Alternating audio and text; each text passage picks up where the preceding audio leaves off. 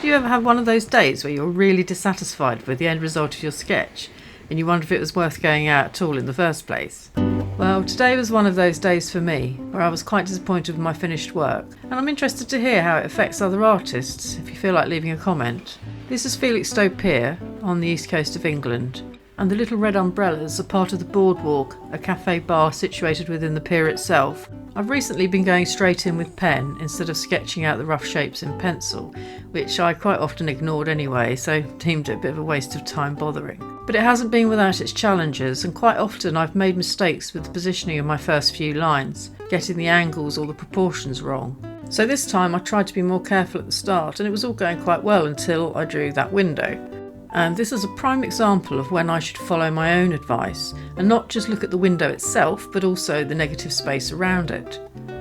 Focusing on the negative space can really help with getting things in the right place, and I was a bit annoyed with myself for not paying more attention to this and therefore getting it wrong.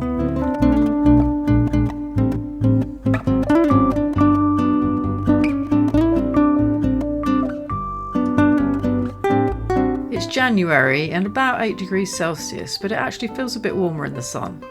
It's been quite a grey month even by England standards, so blue sky and sunshine provided some much needed vitamin D and brought out lots of visitors enjoying the sun and perhaps a bag of chips. Some of the visitors clearly would have liked me to have had a bag of chips. This seagull and its baby were gradually sneaking up closer to my rucksack, but unfortunately for them and me, it didn't contain any food.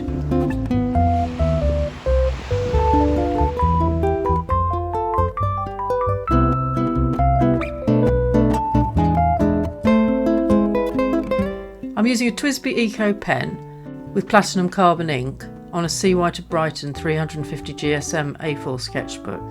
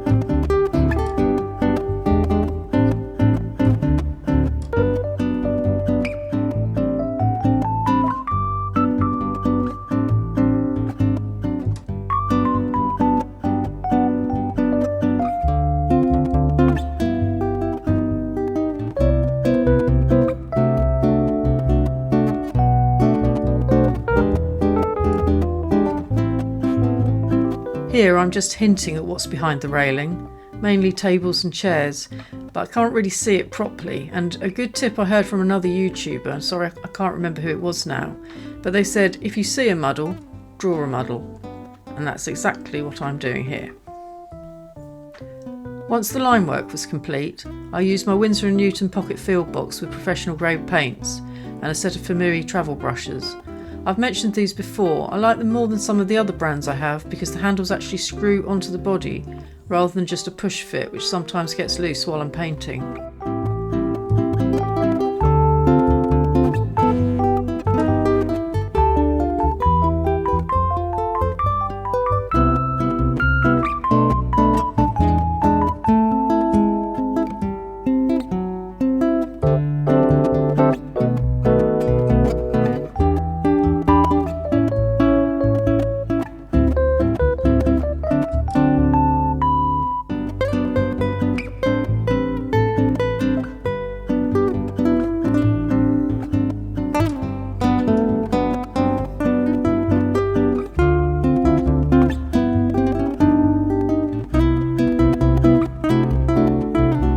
The biggest problem I faced was the sea air making my paper damp.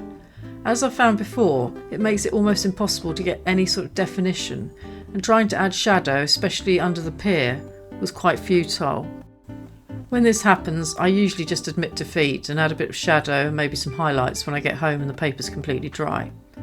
I prefer to finish it all on location if I can, but sometimes we have to compromise according to the climate and other factors. So here's my finished sketch, which, as I've already mentioned, I'm not 100% happy with. But do I regret going out at all? No, I absolutely don't. It's not all about the end result. Today's sketch may lack some detail and depth, but sitting in the sun, by the sea, listening to the waves crashing on the shore beside me made it absolutely, totally worthwhile, however the finished sketch turned out. Thanks very much for joining me, and see you next time.